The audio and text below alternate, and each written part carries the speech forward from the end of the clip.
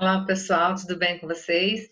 Estamos iniciando hoje o nosso terceiro bimestre e nós vamos estudar algumas escolas, alguns períodos da literatura bastante extensos, onde a gente precisa, assim, orientar vocês a ter bastante concentração, a fazer bastante leitura, a se inteirar, porque são conteúdos e capítulos extensos, com muitos nomes, muitos autores, contexto histórico. Então, nessa primeira aula, eu vou apenas iniciar com vocês o estudo do pré-modernismo, né? E na sequência a gente vai revisar as vanguardas europeias, que é um período que influenciou bastante o modernismo no Brasil. Inclusive, eu acredito até que vocês devem lembrar bastante. E depois o modernismo. O modernismo, como vocês sabem, assim como o romantismo é dividido em três períodos, primeira, segunda e terceira fase. E essa primeira, segunda e terceira fase tem a parte de poesia, onde eu tenho uma série de autores especialistas em poesia e uma série de autores especialistas em prosa. Então, a gente vai estudar até o modernismo primeira geração nesse livro. Aí depois a gente estuda a segunda e terceira geração do modernismo, tá? Então, iniciando, eu vou usar o material com vocês apenas para que a gente possa ter uma noção aqui do pré-modernismo, o que que vem a ser, por que que ele recebe esse nome, o que é esse momento na arte e o contexto histórico. A gente sabe que o contexto histórico ele influencia o pensamento, né? Por exemplo, se a gente fosse escrever hoje uma redação sobre o que a gente está vivendo e manifestar é, a nossa sensação, a gente ia falar muito sobre essa situação nova, né? Que é essa questão da pandemia, os efeitos, os medos, as aflições, o conflito, as perdas, tudo isso que a gente está sentindo. Então, seriam palavras que iriam aparecer muito. E elas vão aparecer muito nas futuras obras, nas músicas, na pintura.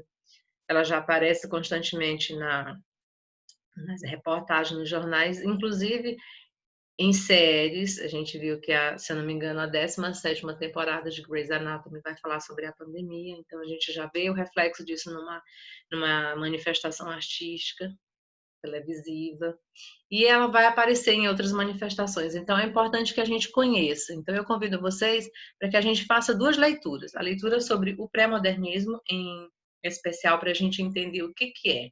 A gente fala de escolas literárias, de 9 escolas literárias, e quando chega no pré-modernismo a gente se pergunta, mas o pré-modernismo também não seria uma escola literária? Não.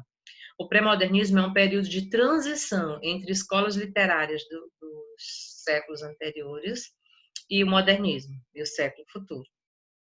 Então, a gente tem aí escolas como o realismo, o naturalismo, o parnasianismo, o simbolismo, que tem características, que a gente vê obras nesse período com características dessas escolas, mas a gente, com um certo tradicionalismo, uma obra mais clássica, mas a gente já percebe também obras mais irreverentes, com linguagem mais coloquial, mais irônica, mais extravagante. Então, há um período híbrido, né? Um conjunto de obras com características anteriores e com uma característica de um momento que a gente ainda não conhece, mas que vai ser bastante forte na literatura, que é o modernismo. Então, pré-modernismo, na verdade, é um nome, uma nomenclatura emprestada da futura escola, que a gente vai estudar mais para frente. Então, aqui o livro de vocês, vou pegar bem direitinho aqui na página 94, é que fala o seguinte: o pré-modernismo compreende um conjunto de obras de diversas características, porque a gente vê que o realismo tem suas características, o naturalismo, o parnasianismo, o simbolismo, e o modernismo. Então, são características diferentes, mas nos livros produzidos nesse período, a gente consegue perceber tudo isso, todas essas características ao mesmo tempo, que não podem ser inseridas nas estéticas do século XIX, como realismo, parnasianismo e simbolismo. Quando ele fala realismo, consequentemente, naturalismo também, mas que também não podem ser classificadas como modernistas, porque ainda apresentam resquícios das estéticas citadas.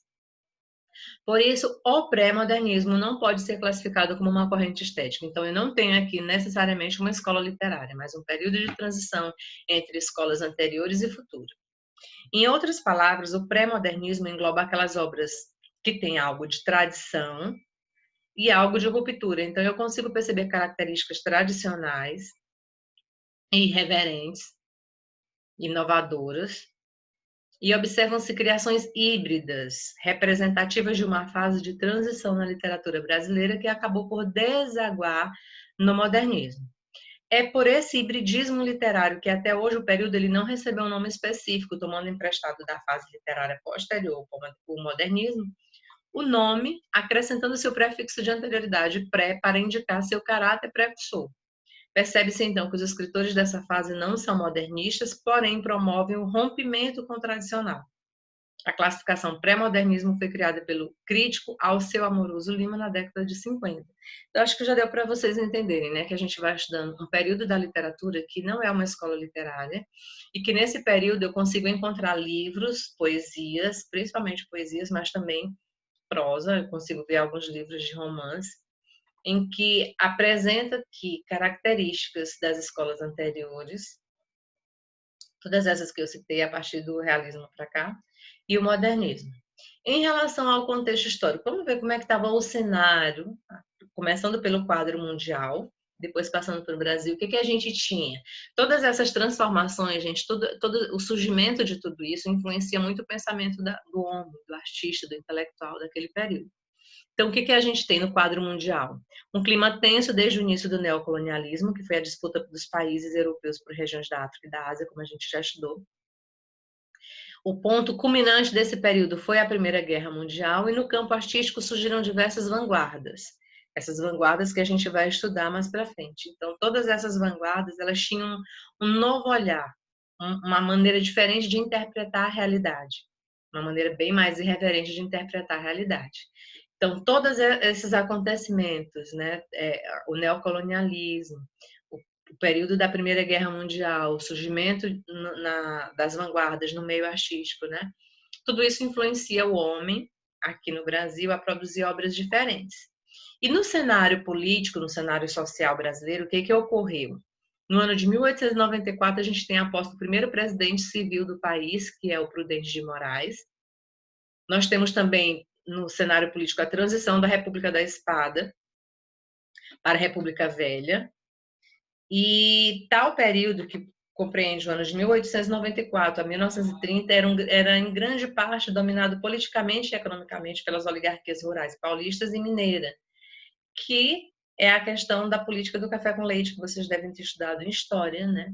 Mas que diz assim: tendo a primeira como base a economia da produção do café e a segunda a criação do gado de corte e a produção de leite. Daí a denominação política do café com leite. Para alguém que por acaso ainda não tinha entendido o porquê dessa nomenclatura, é por isso, né? A questão aí de São Paulo e Minas.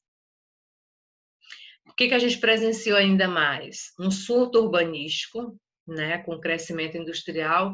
Algumas cidades elas aceleram o seu crescimento, há um aumento da classe média, seus ideais reformistas, surgem novas pessoas com novos pensamentos, com ideais, que são acompanhadas por jovens militares que seguiam preceitos positivistas. Além disso, o que a gente observa? Uma intensificação da imigração, principalmente na região sul e sudeste, mas também com a chegada não só de italianos, mas também de nordestinos, se a gente for falar aqui da questão de Brasil. Interessante é que nas primeiras décadas do século houve no Brasil diversas revoltas, estabelecendo conflito entre as forças conservadoras e as novas forças sociais. Quais seriam essas manifestações? A gente tem aí a Guerra de Canudos, com o livro Os Sertões de Euclides da Cunha, que é inclusive um livro que marca o início do pré-modernismo. A gente tem dois livros, na verdade, que é o livro Canaã, de Graça Aranha, e Os Sertões de Euclides da Cunha. São livros que marcam o início do pré-modernismo no Brasil. A gente tem, além da Guerra de Canudos, a revolta contra a vacinação obrigatória, idealizada por Oswaldo Cruz. Em 1910, a gente tem a revolta da Chibata, na qual os marinheiros lutaram contra os castigos corporais, né, suas chibatadas. E os escritores dessa fase aproveitaram-se das contradições da época em suas obras. Então, assim, gente, esse é o pré-modernismo, que é esse período de transição entre escolas anteriores e o modernismo. Esse é o cenário político e social, né? Político, social e econômico que se manifestou, que se apresentou enquanto surgiam esses intelectuais. E na próxima aula a gente vai estudar essas características aqui, ó, e apresentar para vocês essas características para que vocês compreendam direitinho como eram os livros, os textos, o que que eles trabalhavam, o que eles abordavam, que tipo de assunto, como que eles eram escritos, e apresentar o nome desses escritores, dessas grandes feras aqui, que são muito relevantes na literatura brasileira. Então, por hoje é só. Um abraço a todos vocês, saudades e até a próxima semana.